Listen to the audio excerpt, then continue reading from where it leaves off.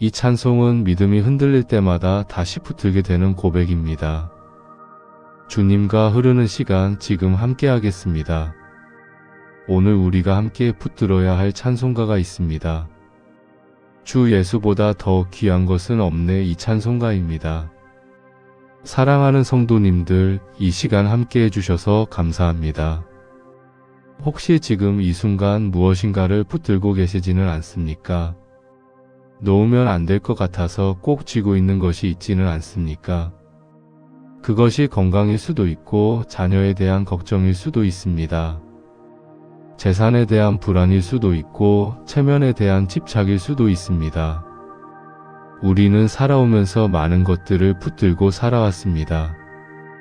그것들이 나를 지켜줄 것이라고 믿었습니다. 그것들이 있어야 안심이 될 것이라고 생각했습니다. 하지만 나이가 들수록 알게 됩니다.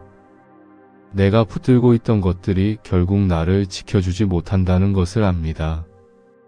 오히려 그것들이 나를 무겁게 만들었다는 것을 깨닫게 됩니다. 오늘 우리가 함께 나눌 첫 번째 말씀은 마태복음 16장 26절입니다. 사람이 만일 온 천하를 얻고도 자기 목숨을 잃으면 무엇이 유익하리요? 이 말씀이 오늘 우리의 마음을 여는 말씀이 될 것입니다. 그럼 지금부터 주님과 조용히 함께 머물러 보겠습니다. 주 예수보다 더 귀한 것은 없네. 이 한 주를 천천히 되새겨 봅니다. 정말 그렇습니까? 주 예수님보다 더 귀한 것이 정말 없습니까? 솔직히 고백하자면 우리는 때로 다른 것들을 더 귀하게 여길 때가 있습니다. 주님보다 건강이 더 중요하게 느껴질 때가 있습니다. 주님보다 자녀의 안전이 더 절박하게 느껴질 때가 있습니다. 주님보다 경제적 안정이 더 시급하게 느껴질 때가 있습니다. 이것이 우리의 솔직한 모습입니다. 하지만 이 찬송가는 우리에게 묻습니다. 정말 그것들이 주 예수님보다 더 귀합니까? 정말 그것들이 당신을 지켜줄 수 있습니까? 마태복음 16장 26절 말씀을 다시 한번 떠올려 봅니다. 사람이 만일 온 천하를 얻고도 자기 목숨을 잃으면 무엇이 유익하리요? 이 말씀은 예수님께서 제자들에게 하신 말씀입니다. 예수님은 제자들에게 자신이 고난받고 죽임을 당할 것을 말씀하셨습니다. 그때 베드로가 예수님을 붙들고 말렸습니다. 주여, 그리 마옵소서. 의인이 결코 죽게 미치지 아니하리이다. 베드로는 예수님을 사랑했습니다. 예수님이 고난당하는 것을 원하지 않았습니다. 하지만 예수님은 베드로를 꾸짖으셨습니다. 사탄아, 내 뒤로 물러가라. 너는 나를 넘어지게 하는 자로다. 왜 이렇게 강하게 말씀하셨을까요? 베드로가 하나님의 일보다 사람의 일을 생각했기 때문입니다. 고난을 피하고 안전을 추구하는 것이 당연해 보였습니다. 하지만 그것은 하나님의 뜻이 아니었습니다. 예수님은 이어서 말씀하십니다. 누구든지 나를 따라오려거든 자기를 부인하고 자기 십자가를 지고 나를 따를 것이니라. 그리고 오늘 우리가 붙드는 이 말씀을 하십니다. 사람이 만일 온 천하를 얻고도 자기 목숨을 잃으면 무엇이 유익하리요? 온 천하를 얻는다는 것이 무엇입니까? 세상의 모든 부, 모든 권력, 모든 명예를 얻는 것입니다. 사람들이 원하는 모든 것을 다 갖는 것입니다. 하지만 그것을 얻고도 자기 목숨을 잃으면 무슨 유익이 있습니까? 여기서 목숨은 단순히 육체적 생명만을 의미하지 않습니다. 영혼을 의미합니다. 참된 자아를 의미합니다. 하나님과의 관계를 의미합니다. 세상 것을 다 얻고도 하나님을 잃으면 무슨 유익이 있겠습니까? 믿음의 가족들, 이 말씀이 오늘 우리에게 무엇을 묻습니까? 여러분은 지금 무엇을 얻기 위해 애쓰고 계십니까? 그것을 얻는 과정에서 혹시 더 중요한 것을 잃고 있지는 않습니까? 건강을 지키려다가 주님과의 시간을 잃고 있지는 않습니까? 자녀를 위한다는 명목으로 주님께 드릴 예배를 놓치고 있지는 않습니까? 경제적 안정을 위해 주님의 음성을 듣지 못하고 있지는 않습니까? 이것이 우리가 직면해야 할 질문입니다. 우리는 많은 것을 붙들고 살아갑니다. 그것들이 나를 지켜줄 것이라고 믿습니다. 하지만 예수님은 말씀하십니다. 온 천하를 얻어도 목숨을 잃으면 무익하다고 말씀하십니다. 정말 귀한 것은 주님과의 관계입니다. 정말 지켜야 할 것은 주님 안에 있는 나의 생명입니다. 이 세상 부귀와 바꿀 수 없네. 찬송가의 이 구절이 다시 들려옵니다. 세상의 부귀를 다 준다 해도 주 예수님과 바꿀 수 없다는 고백입니다. 이것이 진정한 믿음의 고백입니다. 하지만 이 고백이 쉽지 않습니다. 우리에게는 현실이 있기 때문입니다. 당장 내일 병원비가 필요한데 주님만 붙들라고 하면 막막합니다. 자녀가 어려움에 처해 있는데 주님께 맡기라고 하면 불안합니다. 이것이 우리의 솔직한 마음입니다. 그래서 우리는 주님도 붙들고 세상 것도 붙들려고 합니다. 하지만 예수님은 말씀하십니다. 두 주인을 섬길 수 없다고 말씀하십니다. 선택해야 한다고 말씀하십니다. 잠시 묵상해 봅니다. 내가 지금 가장 붙들고 있는 것이 무엇인지 생각해 봅니다. 그것이 주님보다 더 중요하게 느껴지지는 않는지 돌아봅니다. 주님, 나의 손을 열게 하소서. 내가 붙들고 있는 것들을 내려놓게 하소서. 이제 두 번째 말씀으로 나아갑니다. 빌립보서 3장 8절입니다. 내가 그리스도 예수 내 주를 아는 지식이 가장 고상함으로 여김이라. 이 말씀은 하나님의 성품을 보여줍니다. 아니, 정확히 말하면 예수님을 아는 것의 가치를 보여줍니다. 빌립보서는 사도 바울이 감옥에서 쓴 편지입니다. 그는 로마의 감옥에 갇혀 있었습니다. 자유를 잃었고 편안함을 잃었고 안전을 잃었습니다. 하지만 그는 기쁨으로 가득했습니다. 왜냐하면 그에게는 예수님이 계셨기 때문입니다. 바울은 빌립보 교회 성도들에게 편지를 씁니다. 그리고 자신의 과거를 이야기합니다. 바울은 원래 잘 나가는 사람이었습니다. 베냐민 지파 출신이고 히브리인 중에 히브리인이었습니다. 율법으로는 바리새인이었고 열심으로는 교회를 박해했습니다. 율법의 의로는 흠이 없는 자였습니다. 세상적으로 보면 완벽한 이력서였습니다. 사람들이 부러워할 만한 배경이었습니다. 하지만 바울은 예수님을 만났습니다. 그리고 그의 가치관이 완전히 바뀌었습니다. 그는 이렇게 고백합니다. 그러나 무엇이든지 내게 유익하던 것을 내가 그리스도를 위하여 다 해로 여길 뿐더러 자신에게 유익했던 모든 것을 해로운 것으로 여긴다는 고백입니다. 그리고 이어서 오늘 우리가 붙드는 말씀을 합니다. 내가 그리스도 예수 내 주를 아는 지식이 가장 고상함으로 여김이라. 예수님을 아는 것이 가장 고상하다는 고백입니다. 가장 가치 있다는 고백입니다. 가장 귀하다는 고백입니다. 바울은 이어서 말합니다. 내가 그를 위하여 모든 것을 잃어버리고 배설물로 여김은 그리스도를 얻고. 배설물이라는 표현이 강렬합니다. 자신이 자랑하던 모든 것을 배설물처럼 여긴다는 고백입니다. 왜 그렇습니까? 그리스도를 얻는 것이 더 귀하기 때문입니다. 예수님을 아는 것이 모든 것보다 가치 있기 때문입니다. 사랑하는 성도님들, 이것이 우리에게 무엇을 말합니까? 예수님을 아는 것이 가장 고상하다는 것입니다. 세상이 주는 어떤 것보다 더 가치 있다는 것입니다. 바울은 이것을 머리로만 안 것이 아닙니다. 삶으로 증명했습니다. 그는 실제로 모든 것을 내려놓았습니다. 지위도 명예도 안전도 편안함도 다 내려놓았습니다. 그리고 예수님만 붙들었습니다. 감옥에 갇혀서도 기뻐했습니다. 매를 맞아도 찬송했습니다. 왜냐하면 그에게는 예수님이 계셨기 때문입니다. 예수님이 그에게는 가장 고상한 것이었기 때문입니다.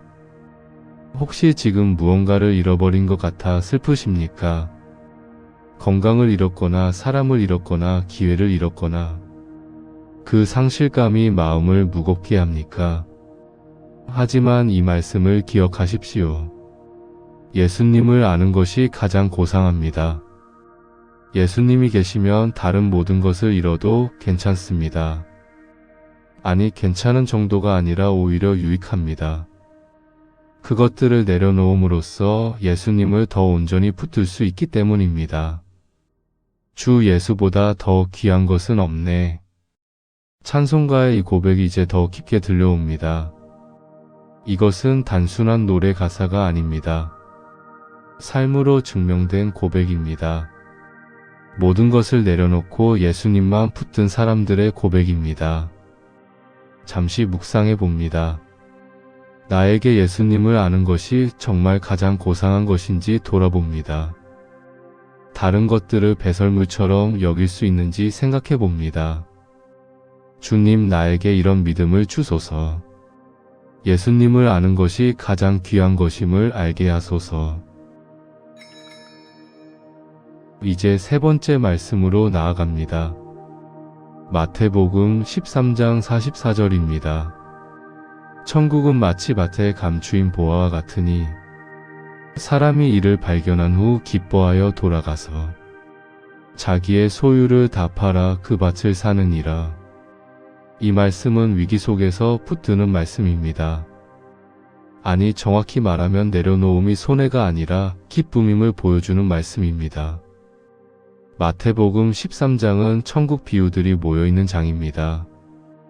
예수님께서 천국이 어떤 곳인지, 천국의 가치가 어떠한지를 비유로 설명하십니다. 씨 뿌리는 자의 비유, 가라지의 비유, 겨자씨의 비유가 나옵니다. 그리고 오늘 우리가 붙드는 보화의 비유가 나옵니다. 한 사람이 밭에서 보화를 발견합니다. 보화는 보물입니다. 엄청난 가치를 가진 것입니다. 그 사람은 그것을 발견하고 어떻게 합니까? 기뻐합니다. 숨겨둡니다. 그리고 돌아가서 자기의 소유를 다 팔아 그 밭을 삽니다. 여기서 중요한 것은 그의 반응입니다. 그는 억지로 자기 소유를 판 것이 아닙니다. 기뻐하며 팔았습니다. 왜냐하면 그 밭에 보화가 있다는 것을 알았기 때문입니다. 자기 소유를 다 팔아도 남는 장사라는 것을 알았기 때문입니다. 이것이 천국입니다. 이것이 예수님입니다. 예수님을 발견한 사람은 기뻐합니다. 그리고 다른 모든 것을 기꺼이 내려놓습니다. 손해가 아니라는 것을 알기 때문입니다. 오히려 유익이라는 것을 알기 때문입니다. 믿음의 가족들, 우리는 어떻습니까? 우리는 보화를 발견했습니까? 예수님이 정말 보화처럼 귀하게 느껴집니까? 아니면 예수님을 믿는 것이 짐처럼 느껴집니까? 교회 나가는 것이 의무처럼 느껴집니까? 신앙생활이 희생처럼 느껴집니까? 만약 그렇다면 아직 보화를 온전히 발견하지 못한 것입니다. 보화를 발견한 사람은 기뻐합니다. 자기 소유를 팔아도 기뻐합니다. 왜냐하면 그것보다 더 귀한 것을 얻었기 때문입니다. 우리도 마찬가지입니다. 예수님을 진정으로 만난 사람은 기뻐합니다. 다른 것을 내려놓아도 기뻐합니다. 왜냐하면 예수님이 그 모든 것보다 더 귀하기 때문입니다. 혹시 지금 무언가를 내려놓아야 하는 상황입니까? 건강에 대한 집착을 내려놓아야 합니까? 자녀에 대한 걱정을 내려놓아야 합니까? 재산에 대한 불안을 내려놓아야 합니까? 체면에 대한 욕심을 내려놓아야 합니까? 그것이 두렵습니까? 내려놓으면 손해볼 것 같습니까? 하지만 이 비유를 기억하십시오. 그 사람은 자기 소유를 다 팔았지만 손해보지 않았습니다. 오히려 보화를 얻었습니다. 우리도 마찬가지입니다. 세상 것을 내려놓을 때 손해보는 것이 아닙니다. 오히려 예수님을 더 온전히 얻게 됩니다. 이 세상 부귀와 바꿀 수 없네. 이 세상 명예도 주님과 바꿀 수 없네. 찬송가의 이 고백이 이제 이해됩니다. 이것은 억지로 하는 고백이 아닙니다. 보화를 발견한 사람의 기쁜 고백입니다. 예수님이 더 귀하다는 것을 발견한 사람의 고백입니다. 잠시 묵상해 봅니다. 나에게 예수님이 정말 보화처럼 귀한지 생각해 봅니다. 내려놓아야 할 것이 무엇인지 돌아봅니다. 주님, 나에게 보화를 보는 눈을 주소서. 예수님이 가장 귀하다는 것을 깊이 깨닫게 하소서. 이제 네 번째 말씀으로 나아갑니다. 누가복음 14장 33절입니다. 이와 같이 너희 중에 누구든지 자기의 모든 소유를 버리지 아니하면 능히 내 제자가 되지 못하리라. 이 말씀은 회복과 위로의 말씀입니다. 아니, 정확히 말하면 믿음의 고백이 말이 아닌 선택임을 드러내는 말씀입니다. 누가복음 14장에서 예수님은 제자됨의 대가에 대해 말씀하십니다. 많은 무리가 예수님을 따라왔습니다. 그들은 예수님께 기적을 기대했습니다. 병 고침을 원했고 떡을 원했고 축복을 원했습니다. 하지만 예수님은 그들에게 분명히 말씀하십니다. 제자가 되는 것은 쉬운 일이 아니라고 말씀하십니다. 예수님은 비유를 드십니다. 망대를 세우려는 사람은 먼저 앉아서 비용을 계산한다고 하십니다. 끝까지 완성할 수 있는지 계산해 본다고 하십니다. 그렇지 않으면 기초만 쌓고 능히 이루지 못하여 보는 자들이 비웃는다고 하십니다. 또 전쟁을 하려는 왕은 먼저 앉아서 계산한다고 하십니다. 10,000명으로 20,000명을 대적할 수 있는지 계산해 본다고 하십니다. 만일 못할 것 같으면 사신을 보내어 화친을 청한다고 하십니다. 이 비유들이 무엇을 말합니까? 제자가 되는 것은 신중하게 결정해야 할 일이라는 것입니다. 대가를 치를 각오를 해야 한다는 것입니다. 그리고 예수님은 오늘 우리가 붙드는 이 말씀을 하십니다. 이와 같이 너희 중에 누구든지 자기의 모든 소유를 버리지 아니하면 능히 내 제자가 되지 못하리라. 모든 소유를 버려야 한다는 말씀입니다. 이것은 무서운 말씀입니다. 모든 소유를 버리라는 것이 무엇입니까? 내가 가진 것을 다 내려놓으라는 것입니다. 내가 의지하던 것을 다 놓으라는 것입니다. 내가 붙들고 있던 것을 다 놓으라는 것입니다. 사랑하는 성도님들, 이 말씀이 우리에게 무엇을 말합니까? 믿음의 고백은 입으로만 하는 것이 아니라는 것입니다. 선택으로 증명되어야 한다는 것입니다. 주 예수님이 가장 귀하다고 고백하는 것은 쉽습니다. 노래로 부르는 것도 쉽습니다. 하지만 실제로 내려놓는 것은 어렵습니다. 실제로 버리는 것은 두렵습니다. 하지만 예수님은 말씀하십니다. 모든 소유를 버리지 않으면 내 제자가 될 수 없다고 말씀하십니다. 이것은 정죄가 아닙니다. 오히려 회복과 위로입니다. 왜냐하면 이 말씀은 우리에게 분명한 기준을 주기 때문입니다. 제자가 되는 길을 분명히 보여주기 때문입니다. 우리는 때로 두 마음을 품고 살아갑니다. 주님도 따르고 싶고 세상 것도 붙들고 싶어 합니다. 그래서 늘 불안합니다. 늘 흔들립니다. 하지만 이 말씀은 분명히 말합니다. 선택하라고 말합니다. 모든 소유를 버리고 주님을 따르라고 말합니다. 그래야 평안이 옵니다. 그래야 흔들리지 않습니다. 혹시 지금 두 마음을 품고 계십니까? 주님도 따르고 싶고 세상 것도 놓기 싫으십니까? 그래서 마음이 불편하십니까? 이 말씀이 당신을 자유케 할 것입니다. 선택하십시오. 모든 소유를 내려놓고 주님을 따르십시오. 그것이 제자의 길입니다. 그것이 참된 자유의 길입니다. 주 예수보다 더 귀한 것은 없네. 이 고백이 이제 우리의 선택이 되어야 합니다. 노래로만 부르는 것이 아니라 삶으로 증명하는 선택이 되어야 합니다. 잠시 묵상해 봅니다. 내가 버리지 못하고 붙들고 있는 것이 무엇인지 생각해 봅니다. 주님께서 나에게 요구하시는 선택이 무엇인지 귀 기울여 봅니다. 주님, 나에게 결단할 용기를 주소서. 모든 소유를 내려놓고 주님만 따르게 하소서. 이제 마지막 5번째 말씀으로 나아갑니다. 시편 73편 25절입니다. 하늘에서는 주 외에 누가 내게 있으리요.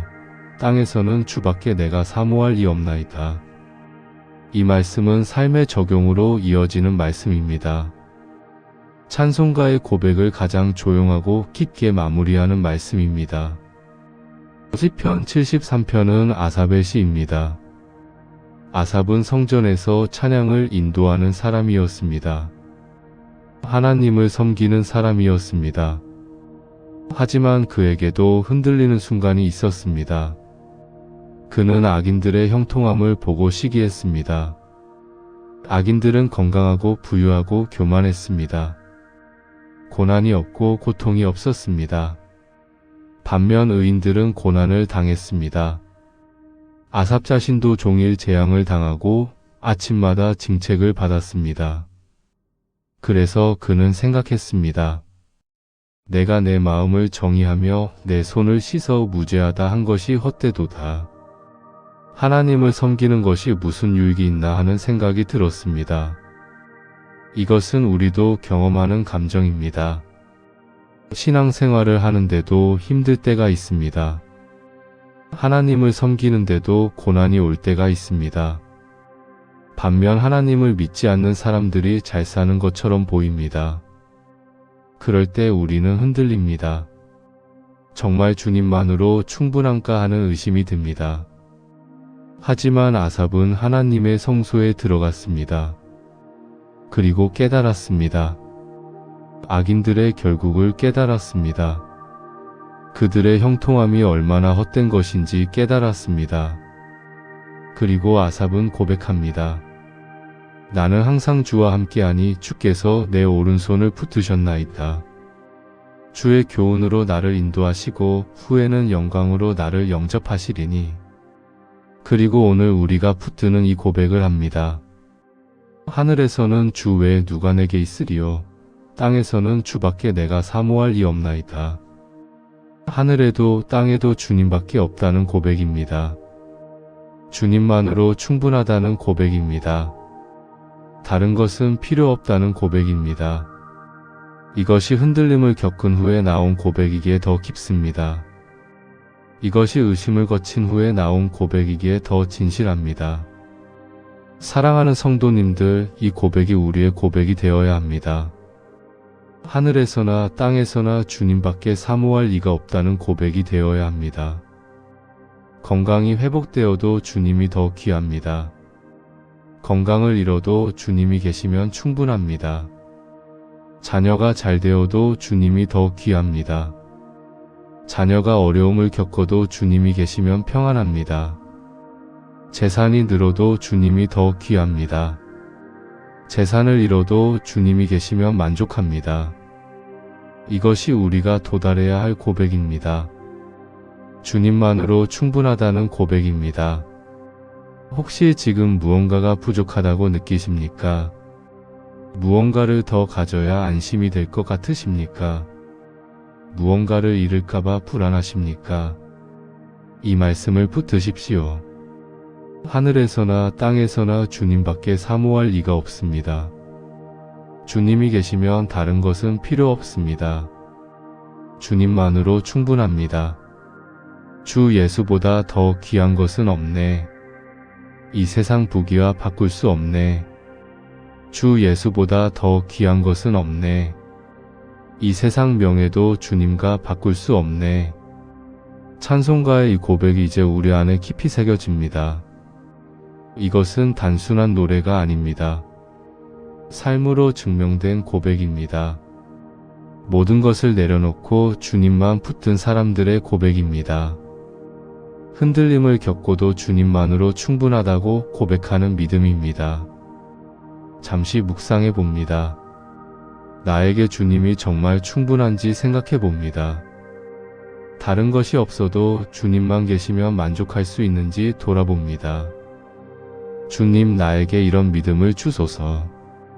주님만으로 충분하다는 고백을 하게 하소서. 지금까지 우리는 5개의 말씀을 함께 나누었습니다. 마태복음 16장 26절, 온 천하를 얻고도 목숨을 잃으면 무익하다는 말씀. 빌립보서 3장 8절, 예수님을 아는 것이 가장 고상하다는 말씀. 마태복음 13장 44절, 보화를 발견한 사람이 기뻐하며 모든 것을 판다는 말씀. 누가복음 14장 33절, 모든 소유를 버려야 제자가 될 수 있다는 말씀. 시편 73편 25절, 주님밖에 사모할 이가 없다는 말씀. 이 5 말씀이 오늘 우리에게 무엇을 말합니까? 첫째, 정말 귀한 것이 무엇인지를 분별하라는 것입니다. 온 천하를 얻는 것보다 주님을 아는 것이 더 귀합니다. 세상이 주는 모든 것보다 예수님이 더 가치 있습니다. 우리는 때로 중요한 것과 긴급한 것을 혼동합니다. 긴급해 보이는 것들의 마음을 빼앗깁니다. 하지만 정말 중요한 것은 주님과의 관계입니다.